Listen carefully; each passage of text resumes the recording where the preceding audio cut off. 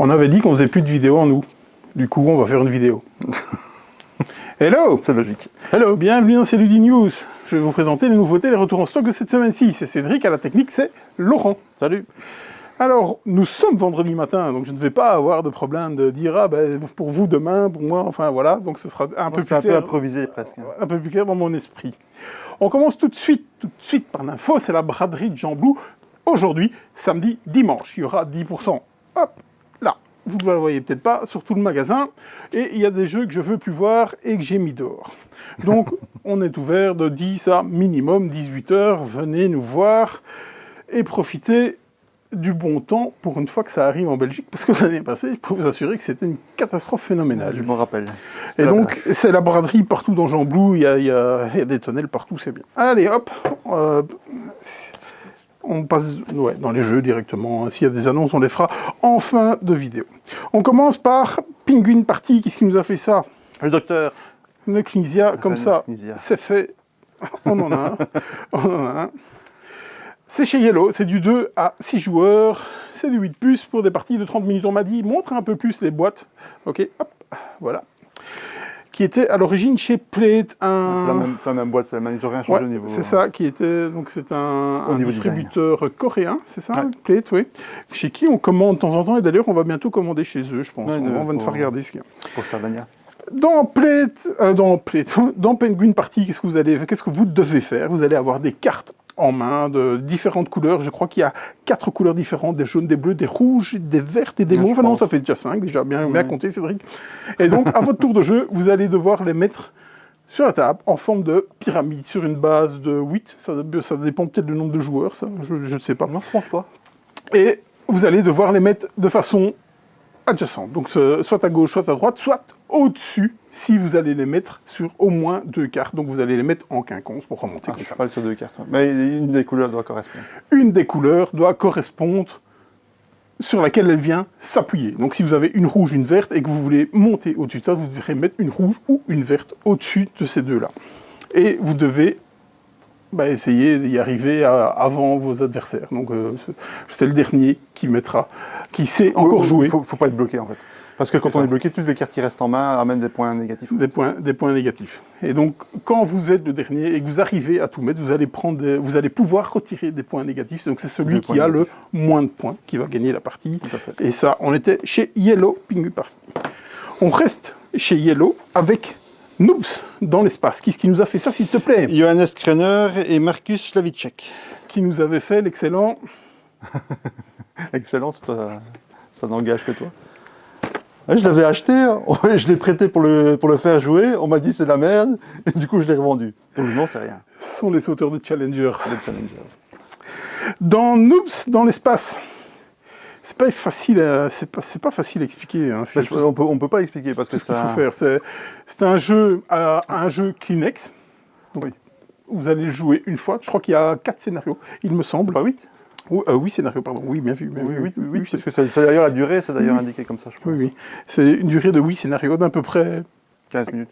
Ouais, quelque chose comme ça, un quart d'heure par scénario, quelque chose comme ça. C'est 8 scénarios et pas 4, bien entendu.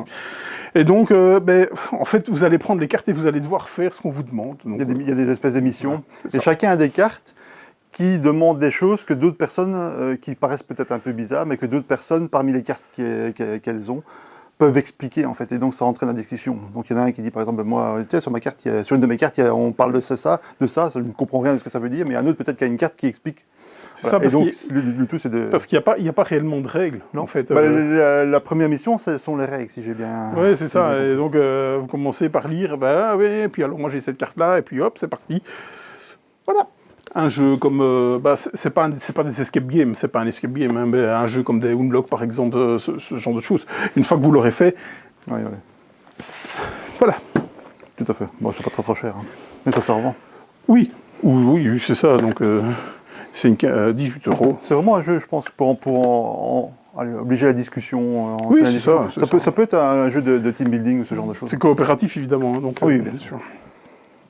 On reste dans le coop, on reste chez Yellow avec 3 minutes Crazy qui est feuillé. Qu'est-ce qui nous a fait ça? De Martin Nedergaard Andersen, qui avait fait Bandida. Bandida, tout petit jeu. Comme ça, qui était... Le flot n'est pas beaucoup plus grand. Hein. Celui-là n'est pas beaucoup plus grand.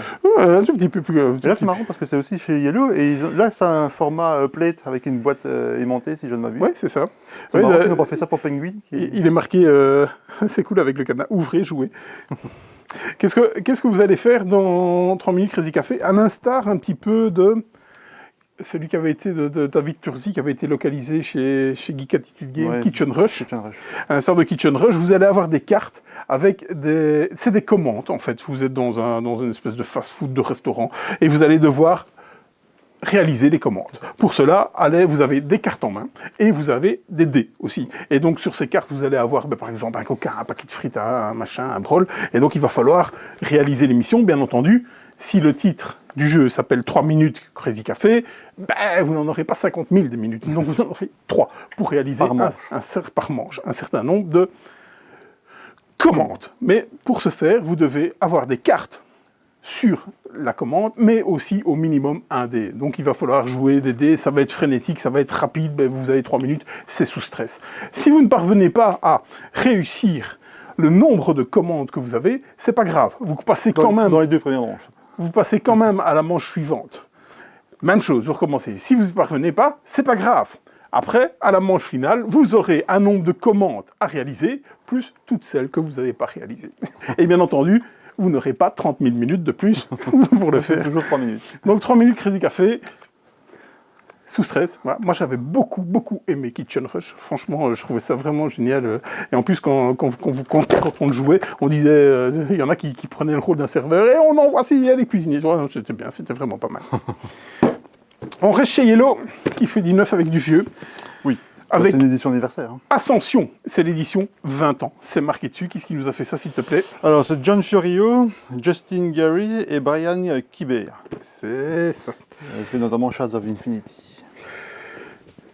Shards of Infinity, ouais. On est à peu près dans le même système. Il y a le père des deck building qui est Dominion, qui est excellentissime, et il y a Ascension. Alors Ascension, si j'y ai joué, je ne m'en rappelle pas. Franchement. Moi, j'ai jamais joué. Et les critiques sur Ascension sont dithyrambiques. Vraiment, tout le monde est content qu'ils reviennent. Je suis hypé de fou. Franchement, je me suis mis une boîte de côté. Hein. Vous verrez, après, on va parler plus de la fermeture du magasin pour le mois d'août, tout ça, en fin de vidéo, on parlera de tout ça.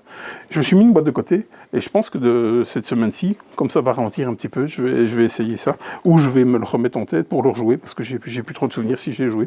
Je suis hypé de fou. C'est du deck building, tout ce qu'il y a de plus classique. À l'ancienne, mais qui introduit une rivière cette fois-ci. Contrairement à Dominion. Et c'est un peu ce qui dérange certains. Ou Dominion, où il y avait un marché. Moi, les deck building à rivière, moi j'aime beaucoup des Stachems, par exemple. Deck building à rivière, ça me dérange absolument pas. Je suis pas fan de deck building, et c'est vrai que tant qu'à avoir un deck building, je préfère un système à la Dominion où tu as accès à tout et tu fais ta popote. Effectivement, moi j'adore Dominion de toute façon, donc j'aime beaucoup tout ce qui est deck building, même si je suis vraiment pas bon dans les deck building, j'arrive pas à mettre des moteurs surpuissants. C'est pas ma mécanique préférée, clairement. Mais je dis que tant qu'à jouer à un deck building, j'aime autant impur comme Dominion. Enfin, celui-là je l'ai pas joué, donc je vais rien dire. On va du côté de chez Pokémon, avec une grosse sortie, c'est la sortie 6.5. La sortie 6.5, c'est Fable Nébuleuse. Tout est arrivé, sauf les bundles qui arrivent début septembre, les bundles qu'on a eu. Donc ils ont tout largué et les bundles plus tard. Bon, ok. Qu'est-ce qu'on a là-dedans? On a des tripacks, on a des mini-tins, là-dedans je pense qu'il y a 2 boosters. Bien entendu, on a les fameuses ETB, les coffrets dresseurs d'élite. Il y a 3 types de coffrets. Donc il y en a un plus petit, à 25,99, avec 4 boosters dedans et 3 cartes promo. Et il y a les 2 plus grands. Donc en fait, ils sont à 35,99 tous les 2. Mais il y a 2 visuels. Vous avez Hipporoi et Amphinobi EX.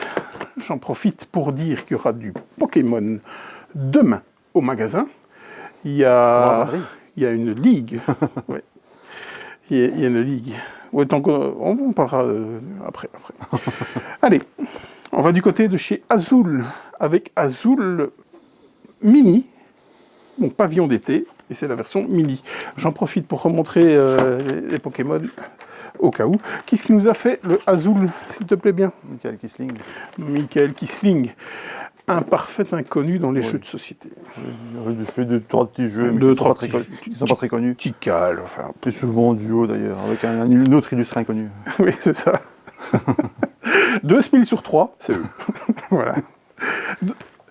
Ça, c'est le 3e opus d'Azul, parce qu'il y a eu le Azul classique, il y a eu les Jardins de la Reine, c'est le 4e pavillon d'été, et le 2e... les vitraux de Sintra. Les vitraux de Sintra, qui est certainement le moins bon des Azul. Par contre, moi, celui-là, c'est mon préféré. Pavillon d'été. J'aime bien Azul, et celui-là, franchement, il donne une dimension toute particulière quand même. Reste quand même. Le premier est très bien. Oui, le premier reste quand même la référence, parce qu'après ça va en croissant en termes de complexité. Oui. Ça s'éloigne d'un Azul. C'est pas adapté, je trouve. Ah. Après, mais moi j'ai trouvé... Je pense que dans des complexités plus hautes comme ça, il y a d'autres choses qui sont plus intéressantes. Ils perdent un petit peu du côté intéressant. Tandis que dans la version de base, il est vraiment bien calibré en fait. Oui, bien sûr, je suis tout à fait d'accord, mais moi j'ai bien aimé la scène réflexion qu'il apportait. Oui. Donc, effectivement... Je préfère au Jardin de la Reine. Le Jardin de la Reine, il est vraiment tordu. Hein. Jardin de la Reine, ça devient vraiment trop loin. C'est un peu too much, je trouve. Mais bon, voilà. Les couleurs. Oui, on était chez Next Move. Donc c'est de petite boîte, petit prix, hein, 22 € pour c'est une bonne idée comme format. Avec je pense qu'il y a de quoi caler. Je pense que tu peux jouer en voiture. Il y a les overlays, tout ça. Ouais, donc c'est pas mal, hein, parce que c'est un des trucs qu'on reproche quand même à Azul, c'est que ça brinque-balle dans tous les coins, et si vous êtes un peu malhabile avec 10 pouces gauche, ça se passe mal, quoi. En même temps, c'est le côté tactile qui est agréable aussi dans le premier Azul. Hein. Pas dans le premier, dans le matériel. Les tuiles sont sympas, les tuiles sont agréables à manipuler, etc. On aime bien on joue avec même quand on les place pas. Donc, c'est vrai qu'ici on perd un petit peu de ça, mais enfin le format est quand même plus adapté au fond, on va dire, dans cette version-là. On va du côté de chez Bottenscheid, donc un micro-game par Matago. C'est le son de pêche qui nous a fait ça, encore un parfait inconnu. Scott Alms qui nous a fait... Aucun jeu que j'aime, en gros. Tiny et c'est pas celui-là qui va me réconcilier dans ce que j'ai vu. Tiny Epic, il travaille beaucoup sur micro-game, mais il en a vraiment beaucoup, Scott Alms. Ouais. Le son de pêche, qu'est-ce que ça raconte? Et je dois vous avouer, j'ai essayé de regarder une vidéo, j'ai arrêté de chercher les vidéos sur le son de pêche. Parce que, à part m'apprendre à pêcher, je ne trouvais pas de vidéo. Le Fishing Lesson, ça, c'est un Bottenscheid, donc. Oh, ok. J'aurais peut-être dû regarder par là. Bon, bah, t'as une série de cartes de rivière qui sont recto verso, une partie où il n'y a pas de poisson, enfin une face où il n'y a pas de poisson, une face où il y a des poissons, et tu as une carte que tu choisis, un membre de la famille qui apprend à pêcher en fait, qui va se déplacer au-dessus, cette carte va se déplacer au-dessus de la rivière de cartes eau, entre guillemets, lac, je ne sais pas comment ça s'appelle. Et en dessous, il y a des cartes leçons de pêche qu'on va révéler une à une. Et ces cartes leçons de pêche, elles vont déplacer le pêcheur au-dessus des cartes et éventuellement flipper les cartes de façon à faire apparaître des poissons. Et il faut faire apparaître exactement les poissons qui sont décrits par la carte du pêcheur. Voilà, c'est une espèce de petit casse-tête où il faut enchaîner, il faut essayer que ça combotte dans le bon ordre, etc. C'est vraiment un casse-tête solo. Ouais, c'est les pochettes blanches ou crème, pardonnez mon daltonisme. Donc ce qui fait que ça, c'est la gamme solo de chez Matago pour les Il faut aimer ce genre de choses, on va dire. C'est vraiment un petit casse-tête. Moi, dans la gamme solo, il y en a 2-3 que j'aime vraiment beaucoup. Au Griffon Fonfon, pour moi, est exceptionnel et au-dessus du lot dans la gamme solo. L'île des Prédateurs était assez sympa. Il y en a quelques-uns qui tournent pas mal. Il y en a quelques-uns qui sont un peu moins bien pour moi que je trouve. Hein, c'est un avis personnel. Mais dans ces petits jeux-là, il y en a quand même quelques-uns qui sont vraiment pas mal du tout, quoi. Moi, ça, que j'aurais voulu tester, que j'ai pas testé, c'était Revolver Noir. Moi, j'ai joué, mais je suis pas bon dans la déduction de savoir qui était. Mais c'est vraiment pas mal. C'est vraiment sympa. Ouais. On a reçu un Kickstarter. Je vais enfin pouvoir arrêter de répondre aux mails. Il arrive quand? Il est là. Laissez-moi le temps de l'expédier. Hein, ce week-end va être un week-end un peu chargé, on l'espère. Et donc, ça va être expédié. Donc, c'est quoi? C'est Henchmania. Henchmania, c'est quoi? C'est Sbire. Et donc, c'est la 2e édition de Sbire, qui revient en même temps avec le Sanctuaire. Je me demande si le Sanctuaire était déjà pas une extension qui existait avant. Alors là, c'est fort possible. Faudrait que je dirais que non, à première vue, mais... Ah, moi, je sais bien qu'il y avait une extension à Sbire. C'est possible, mais je pense pas que c'est... Ah, bon, bref, moi, j'ai jamais joué à Sbire. Je ne vais rien dire. Moi, j'y ai joué à Sbire. C'était plutôt pas mal. Oui, pourtant, c'est pas... C'est légèrement taquin. Hein. Oui, c'est ça. Et quand je vois ta résistance à ce genre de jeu, on l'a encore vu ici avec Bricolage Heads. Hein. La fin de partie, c'était compliqué pour toi. Donc, je t'imagine pas dans un jeu comme Sbire, en fait. Alors, il est certain que je ne vais pas refaire un Sbire tout de suite. Vu mon état de fatigue... Si, on fait un Sbire et puis on enchaîne sur un Tigre Euphrate, comme on avait dit. Ah, si vous voulez que je tue quelqu'un. Oh là là, il faut que je mette à profit les 15 ans d'arts martiaux que j'ai pratiqués. Incroyable. À un moment donné, il faut que ça sorte. Bon, dans ce beer, non, ça va se jouer plus ou moins en 2 temps. Le premier temps, on va collecter des cartes, donc à l'aide d'ouvriers, on va venir se placer dans des lieux qui seront capés à un certain nombre d'ouvriers maximum que vous pourrez avoir. Ce sera en fonction de la configuration. Et donc, vous allez récolter des cartes. Et après, vous allez jouer ces cartes. C'est des cartes, ça tacle. Hein, Oui, le but c'est d'essayer d'anéantir l'autre, hein, en gros. Même si le but c'est de marquer, d'aller au bout des 4 manches, d'avoir le plus de points, ou de marquer 30 points d'une manche, si je ne m'abuse. Mais bon, c'est quand même fort ouais. C'est frontal. Ah, c'est frontal. Léger. On défie les gens en duel, on les massacre. Oui, c'est ça. On leur pique des majorités. Enfin, c'est très interactif. Comme ça. Je dois signaler que donc ça, c'est les versions Kickstarter. Hein. Ça va être chez Kickstarter. Que la maison d'édition qui s'appelle Jocus, je pense. Ouais, c'est ça, Jocus. A franchement une très très bonne communication. Bon, maintenant, c'est des Français. C'est toujours plus simple quand on parle de notre langue maternelle. Oui. Mais franchement, ils sont réactifs, à l'écoute, ils répondent. Et donc, franchement, nickel. C'est un chouette Kickstarter. Je pense qu'il y a du retard, comme tous les Kickstarter. Mais en tout cas, la communication, c'est très bien passé. C'est quand même fou que ça devrait être la norme. Alors qu'on est obligé de remarquer, quand ça se passe bien et que ça communique bien, que c'est exceptionnel. C'est quand même fou, alors que ça devrait être la norme surtout. Mais c'est vrai que la plupart des campagnes, la communication sur Kickstarter, elle est quand même catastrophique. C'est souvent des très très jeunes maisons d'édition, c'est peut-être leur premier jeu, souvent. Bon, ça veut rien dire, hein, parce qu'il y a des monstres comme Simone, il faut répondre quand même pas. Mais là, c'est plus de la préco, on n'est plus dans la campagne. Hein, bon, enfin bref. Allez, on va arrêter de divaguer, parce que sinon, on n'aura pas fini la vidéo pour ouvrir les portes du magasin. Les architectes d'Amitis, qu'est-ce qui nous a fait ça, s'il te plaît? Là, tu ne me l'as pas noté, forcément, puisque... Comment ça, je te l'ai pas noté? J'ai ajouté ça à la dernière minute. Ah, mais si, pourtant, si tu lis sur ta feuille, c'est noté. Ah bon? Là, tu vois, je lui fais des copions, je lui fais sa liste, et qui est comme ça, il paraît culturé, le monsieur. Hein, et donc, il ne lit pas. Bah, les architectes d'Amitis, excuse-moi, c'est pas un truc qui m'intéresse, et si tu le trouves sur la feuille, tu me le dis. D'accord. C'est Jérémy Ducré et Romaric Galloni. Romaric Galloni. Qu'est-ce que Romaric Galloni nous a fait? Ben, c'est un retour qu'on a ici avec Courtisan, qui est de nouveau revenu au magasin. Courtisan, c'est une belle surprise pour moi.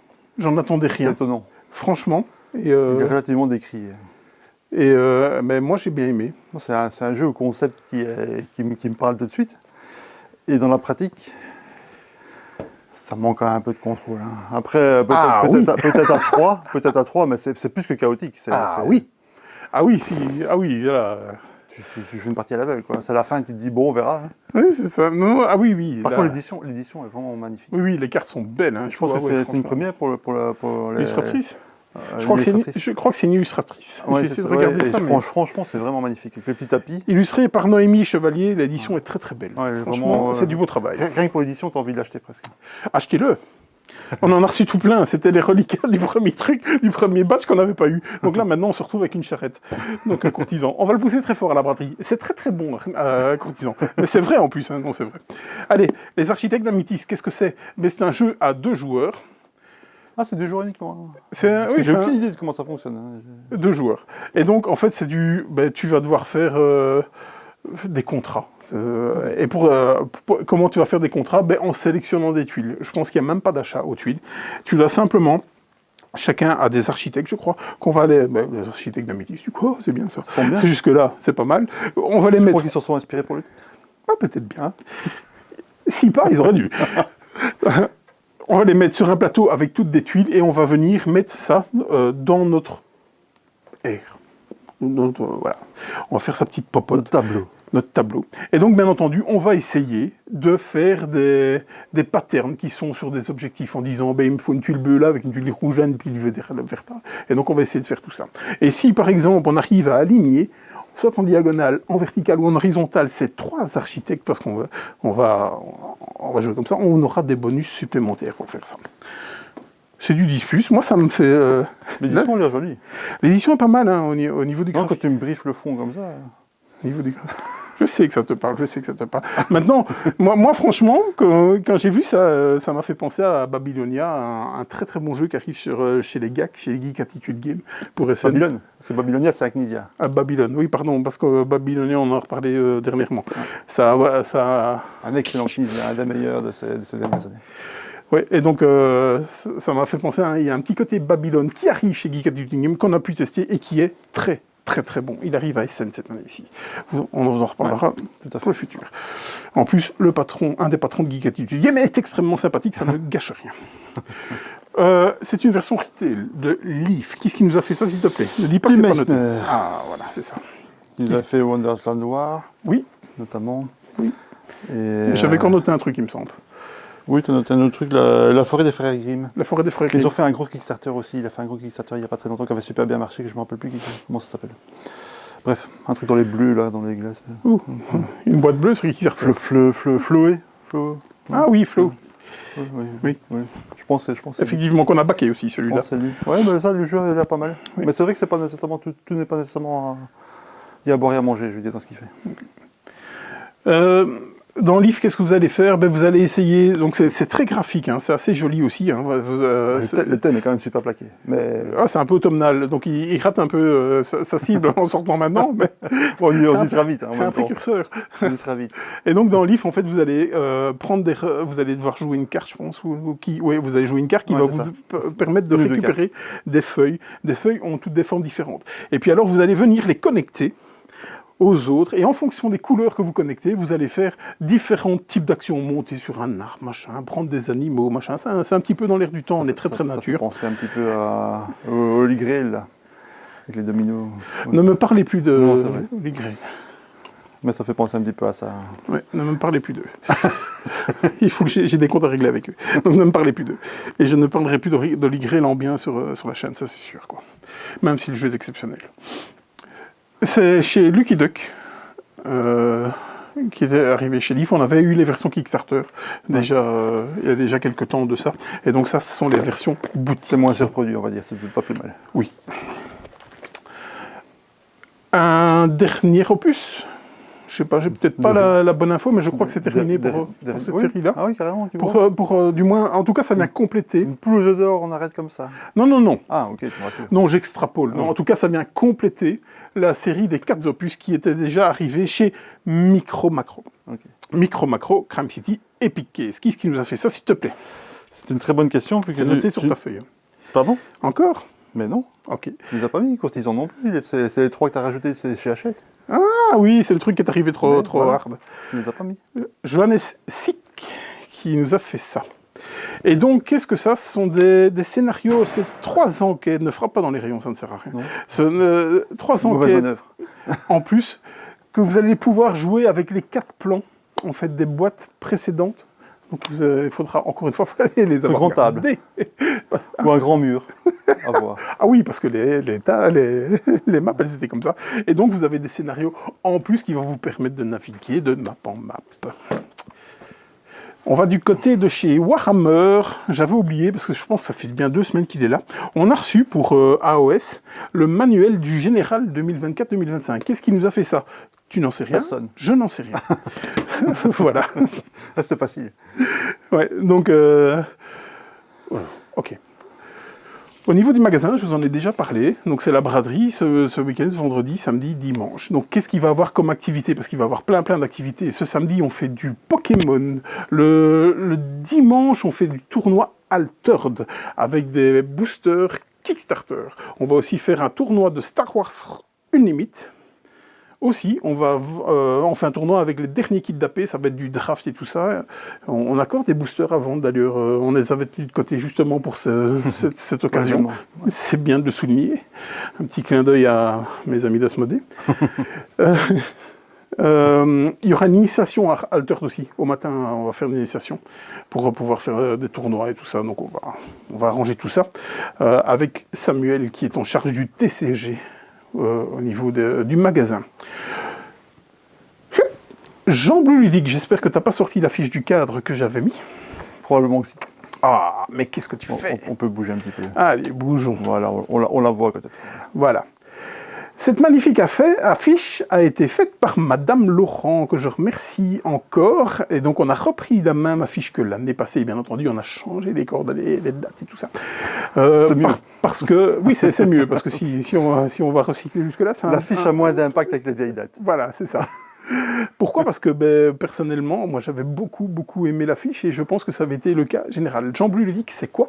C'est le festival de Jamblou, donc jeu de société, qui est calqué un peu sur ce qui se passait, ce qui se passe à Parthenay et ce qui se passait au Jet Gaming Tour. Je salue toujours Thierry Sajou qui m'a permis de reprendre son concept, c'est parce que c'est basé sur son concept. C'est gratuit, on va jouer dans plein de lieux différents, dans Jamblou, dans la maison communale et dans les magasins un peu partout, machin. Venez, il y aura pléthore de jeux présentés, il y aura la flotte d'Asmodée qui sera là, la flotte de Hachette qui sera là, enfin, Géronimo sera là, tous les grossistes belges seront là, et il y aura des auteurs déjà confirmés, il y a des illustrateurs déjà confirmés. Donc l'année passée, ça s'était extrêmement bien passé parce que le temps était exceptionnellement chaud. Je pense qu'ils ont tous perdu 12 litres. Ah, ça, dans la maison communale, c'était ça. Surtout dans la maison communale, qui était toute vitrée. Les pauvres. Voilà. Bon, bref. Jamblou Ludique, ce sera le samedi 7 septembre, ce sera de 10 à 19h. Il va y avoir des tournois, des machins, des bazars, il y aura des réductions sur la boutique, on fait plein de trucs. On va du côté des précos. S'il te plaît bien. Oui. Ne me dis pas que j'ai pas noté. Non, là, t'as pas noté. Le préco, j'y étais aussi. T'as pas noté. On commence par du bon. Loose. Loose. Yellow. Oui, de chez Yellow, petit jeu de pli. Un petit peu... De Shinzawa. Oui, de Shinzawa, c'est là qu'on voit pas les cartes, hein, c'est ça? Ouais, elles sont face... un petit peu à la Nabi, là. C'est ça, exactement. Ouais. Mais par contre, on voit la couleur de la carte. Mais pas les valeurs. Mais pas les valeurs. Ouais. Et donc, c'est les adversaires qui les voient, ils doivent jouer une carte. Et on doit faire un certain nombre de plis qu'on détermine. Donc, c'est un pari. Pour Essen, je pense, quelque chose comme ça, octobre, je crois bien. Et ils ont changé le look. Il était déjà joli en japonais, mais ici, ils ont mis des espèces de vitraux, un peu comme dans Agis. Oui. C'est un peu le même principe. L'édition est très jolie, je la reprendrai peut-être, mais voilà. Alors, Fluring Circus, il a trouvé son chemin après un an en français. Voilà, une localisation Yellow Expert. Ouais. J'ai un doute de savoir s'ils sont chez Yellow Expert. C'est Expert? Ouais. Ok. Ben, c'est Oui, je suppose. En tout cas, c'est Yellow. Oui, c'est Yellow, c'est sûr. Expert, on suppose. Oui, je pense. Parce que généralement, tout ce qui vient de chez De Vere, il les passe dans les Yellow Experts, la cathédrale rouge, bambou, genre de choses. White Castle. Si Bambou est expert, celui-là. Oui.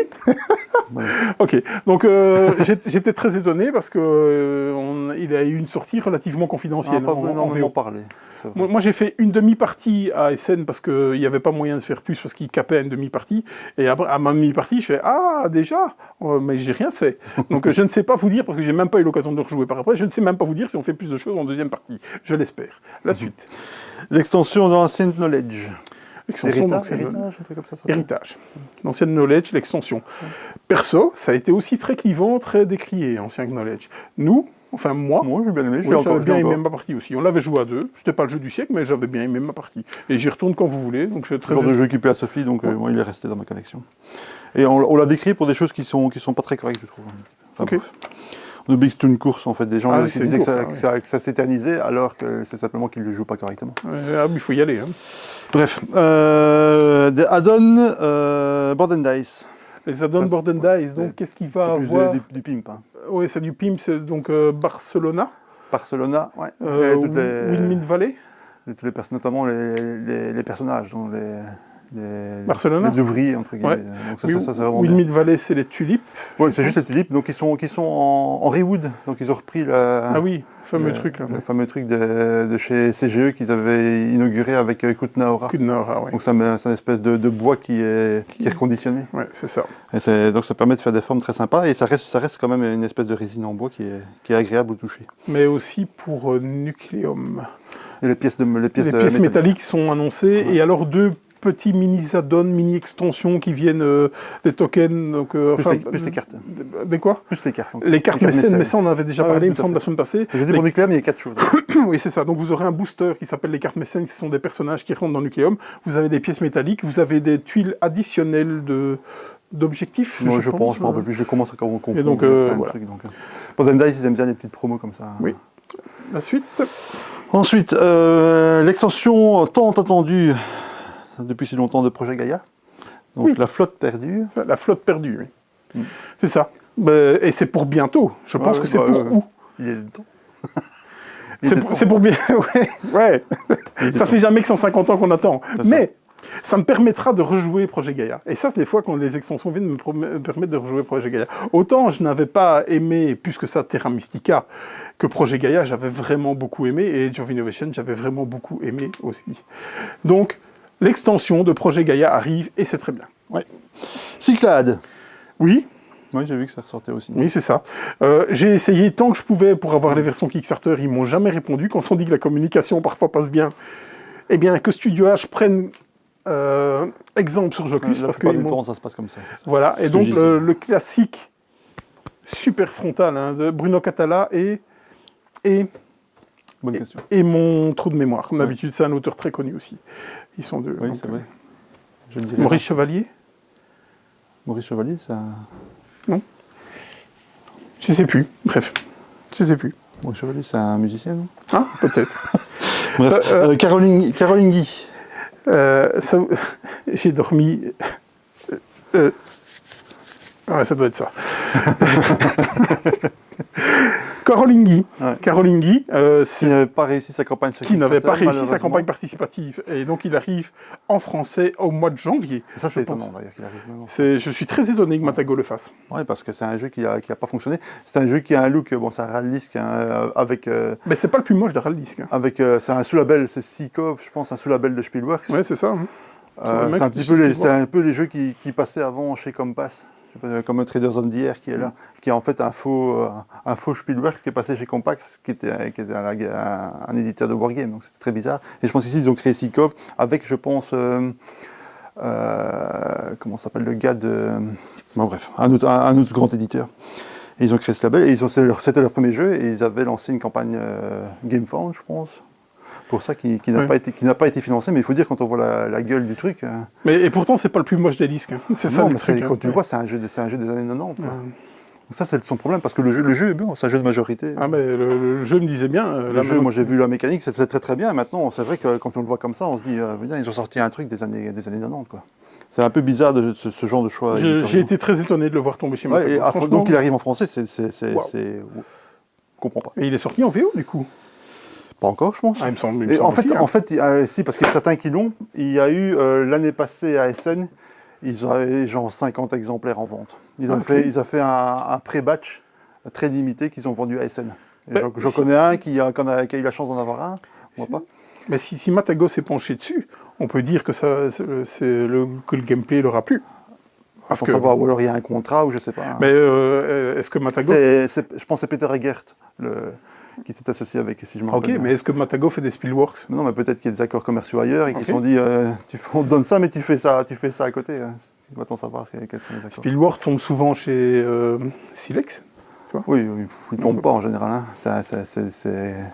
C'est au cas par cas en général. Ouais, sûrement, c'est ça que je suis Mais étonné. Et donc, c'est peut-être un gage de qualité supplémentaire en disant Matago l'a joué et ils l'ont voulu. Et donc, c'est peut-être le fait des noms qu'il y a derrière, qu'il n'y a pas que Oli derrière. On extrapole. Ouais, bref. La suite. L'extension d'expédition. Oui, le Side 2.0. Qui existe aussi en deux versions. Comme, les Ironclad, donc les versions métalliques qui vous coûtent un château... en Espagne. Ouais. Et dans les grosses... voilà. Et voilà, donc une extension, expédition. Moi, franchement, j'étais tellement chaud d'y jouer, mais j'avais pas les joueurs pour y jouer. Et je suis très chaud pour y jouer. Je pense que tu as besoin des joueurs, parce que la plupart des commentaires que j'entends, c'est que c'est un très bon jeu solo. Bah, qu'est-ce que vous me dites là? Allez. J'ai bien compris. Enfin, un très bon jeu, pour ceux qui aiment ce genre de choses. Ah on va y aller là, du coup. Je suis pas sûr que tu aies besoin de joueurs. Ah parfait. Tree Society, ça on en a parlé il n'y a pas longtemps, puisqu'on l'avait dans notre liste pour SN. Ouais. Deux gros auteurs, il me semble. C'est... Ah. Oui, je pense que je confonds avec les Aporta, Chili Fox. Je pense pas que ce soit ça. Bref, Tree Society, je pense que c'est il tombe chez Next Move, je pense, si je me rappelle bien. Possible. Et je me demande bien si c'est pas un Kramer ou un truc comme ça, ou je sais plus. Non. C'est vrai qu'il y a des auteurs derrière, c'est pour ça qu'on l'avait identifié. Voilà, donc oh là là, il faut absolument pas faire des émissions avec un état de fatigue comme ça. Ouais, c'est incroyable. Surtout quand c'est pas préparé. Jean-Michel à peu près, là. On y est. Hein. C'est pas préparé, c'est un peu improvisé. Oula. En KS, il y a Luthier. Luthier, on y a été. On y a été. N'oubliez pas, économiser 298 €. Le all-in, un truc comme ça. Ah, je ne sais pas si on va prendre des all-in, on va certainement en prendre quelques-uns. Mais les versions... On a accès aux lignes chez eux. Ouais, Il me semblait qu'il y avait des me rappelle plus parce qu'on a discuté de pas mal de choses. Hein, donc il y a pas mal de projets qu'on a sur la table. Ouais, et donc 300 balles pour on est toujours chez Jean-Michel à peu près. 300 balles pour si vous voulez des infos à peu près, regardez la chaîne de Lydie Corner. C'est tout? Non, tu as mis aussi, mais je pense que c'est dans les précos, Pest. Oui, c'est ça. Oui, c'est dans les précos parce que sinon on changeait de page encore. Oui, Pest qui arrive en localisation. Je pense que c'est chez Matago aussi, il me semble. Et donc. Quoi? C'est la VF, hein, bien sûr. Oui, on a eu. Non, on ne les a pas encore eu, hein, les Kickstarter. On a eu les Kickstarter. Oui. Ah si, oh là là, oui, c'est juste. Oui. C'est ça. On a eu les Kickstarter de J'avais laissé passer le mien finalement. Encore? Il n'y a plus? Tu as noté Patchwork 10 ans. Patchwork 10 ans. Voilà. Rosenberg. Et Debrek, qui a fait pas mal parler de lui au Spiel. Ouais, parce qu'il a eu le Spiel. Avec l'auteur, un des auteurs qui a porté la pastèque.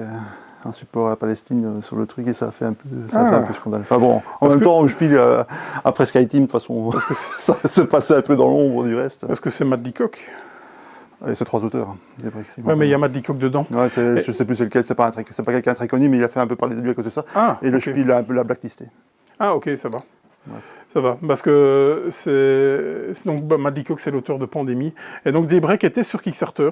Moi, j'avais regardé pour prendre la campagne et au final, c'était une campagne de préco, hein, parce que vous n'aviez pas de matos additionnel, de machin, il y avait rien de fou. Et donc on se retrouve avec les mêmes et je me suis dit, bah ok, ça arrivera dans le cheminement classique. Je pense. C'est Pandasaurus, hein, non? Des breaks original, non? Je suis pas sûr. Je crois pas certain. Ce que je veux dire, il n'y a pas de Kickstarter chez Pandasaurus. Là aussi, c'est de l'à peu près. Non, ça aussi, c'est de l'à peu près, parce que la Pandasaurus, je suis pas sûr du tout.